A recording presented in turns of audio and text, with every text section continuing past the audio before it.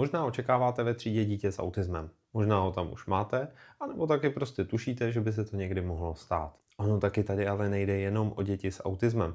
Jde taky o děti s vývojovou dysfází, s opožděným vývojem řeči, anebo s různými dalšími diagnózami. Každopádně se vám může stát, že vám speciálně pedagogické centrum, SPCčko, poradí používat alternativní nebo augmentativní komunikaci. Ale nejde jenom o to, jestli vám to SPCčko poradilo, nebo jestli máte pocit, že by to třeba mohlo pomoci. No a proč to neskusit? Ale kde vezmete ty komunikační karty, abyste to jenom tak zkusili? Na to vám prostě nikdo nenapíše jako podpůrné opatření nákup tak drahého programu, jako je třeba Boardmaker na výrobu komunikačních karet. Já mám pro vás ale dobrou zprávu. Existuje program Canva. Já doufám, že ho všichni učitelé už znají a pokud ho neznáte, tak se určitě podívejte, co to je. Je to bezvadný jednoduchý grafický program, který zvládne ovládat a učitelé mají přístup k té nejširší licenci úplně zdarma. Klidně pište do komentářů, jestli potřebujete poradit s tím, jak licenci zařídit. Můžu o tom natočit třeba video, nebo vás minimálně můžu odkázat na už existující videa na tohle téma. Ono to totiž může taky dopadnout tak, že ve školce jsou nějaké karty, které tam kolují už bůh ví jak dlouho, kopírují se jedna od druhé a vlastně třeba vůbec neodpovídají potřebám toho dítěte. Může se pak stát, že třeba dostane k používání kartu, která vypadá takhle. Někde v tom základu je to jako dobrá karta, ale použil bych ji jenom pro dítě, které už má s používáním komunikačních karet nějaké zkušenosti, ale rozhodně by musela být třeba v lepší kvalitě. A ten piktogram popravdě není úplně dobře srozumitelný, takže to je opravdu karta pro pokročilého. Není to karta, která je vhodná pro ten první nácvik. Já si troufnu říct, že tam ta Canva může posloužit mnohem víc. Když se zastavím u té karty záchod, takhle by podle mě měla vypadat ta první karta, kterou dítě dostane. Je tam úplně ten náš konkrétní záchod, je tam ten záchod, který to dítě vidí, je tam vlastně i z toho jeho pohledu vyfocený. Je to třeba typ karty, kde mi přijde dobré nechat i to okolí, i to prostředí, aby tam nebyla jenom třeba samotná ta mísa. Pozdější přechod na piktogramy se dá nacvičovat, ale na to se můžeme podívat také někdy později v dalším videu. No a jakou kartu teda použít? Samozřejmě úplně nejjednodušší věc, kterou můžeme udělat je, že ten předmět vyfotíme a samotnou tu fotografii, která vypadá třeba takhle, použijeme jako komunikační kartu.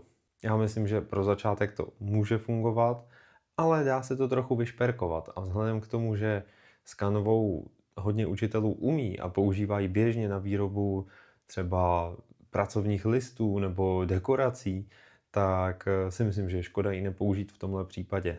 Jak jsme si ukazovali v minulém videu, když tak se koukněte na můj kanál. Výroba té karty vám nezabere moc času a může vypadat třeba takhle. Nicméně teď je to karta, která odkazuje na ten konkrétní předmět. Neodkazuje na tu situaci, na toho medvídka, který je třeba tady v té místnosti, ale odkazuje na toho samotného medvídka. Proto je podle mě vhodnější třeba v tom případě té hračky nebo nějakého předmětu, který se různě přemísťuje, tak je lepší použít tu variantu, kde je vlastně odmazané to pozadí. To se dá udělat v Canvě opravdu strašně jednoduše. Stačí kliknout na ten obrázek, nahoře se vám ukáže tahle lišta a díky tomu, že máte vlastně tu licenci zaplacenou, díky tomu, že jste učitelé, kdo není učitel, ten si bohužel za tuhle funkci musí připlatit. No a tím získáme takhle krásnou komunikační kartu, kde máme ten obrázek na kontrastním pozadí. Může to být buď bílá, anebo můžeme vybrat třeba nějaké barevné, protože pokud máme udělat kartu na bílý porcelánový hrneček, tak vybereme prostě jinou barvu pozadí. My například ve třídě vyrábíme takhle dětem i jejich karty. Jako se běžně používají takové ty obrázky, každé dítě má žabičku, medvídka a podobně, tak u nás mají svoji podobiznu, svoje jméno a barevné pozadí. Každý má jinou barvu, aby se jim ty karty lépe rozeznávaly, aby byly kontrastně odlišné. Takovou kartou jim pak označujeme třeba to, kde mají mít uložené oblečení, někomu třeba, kde má místo u stolu a podobně. No a co je na takové kartě podle mě opravdu důležité? Samozřejmě ten obrázek, ten je nejdůležitější, od toho je to komunikační karta. Nicméně si myslím, že je dobré využít toho, že máme vlastně příležitost to trochu vyšperkovat. A proto bych zdůraznil kontrastní pozadí, aby ten obrázek byl opravdu dobře viditelný. Jestli tam chcete nebo nechcete rámeček, to je samozřejmě spíš otázka nějaké estetiky. Ale co mi přijde opravdu důležitý, je ten nápis. Je napsaný velkými písmeny, může pomáhat v budoucnu dítěti s metodou globálního čtení. To je taková metoda, kdy se děti vlastně napřed učí číst celá slova a teprve potom je rozkládat na jednotlivá písmena. Je to vlastně opačný způsob, než ten, který se běžně používá. Mám osobní zkušenost s tím, že opravdu děti ten nápis, který často vídají na té kartě, jsou potom schopní identifikovat.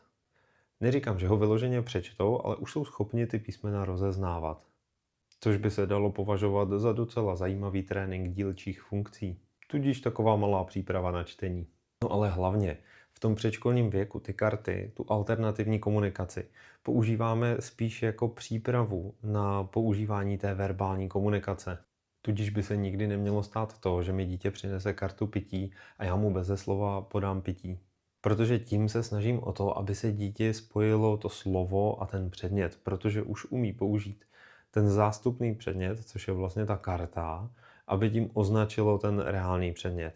A my se mu tam vlastně snažíme přidat další věc a to je to slovo.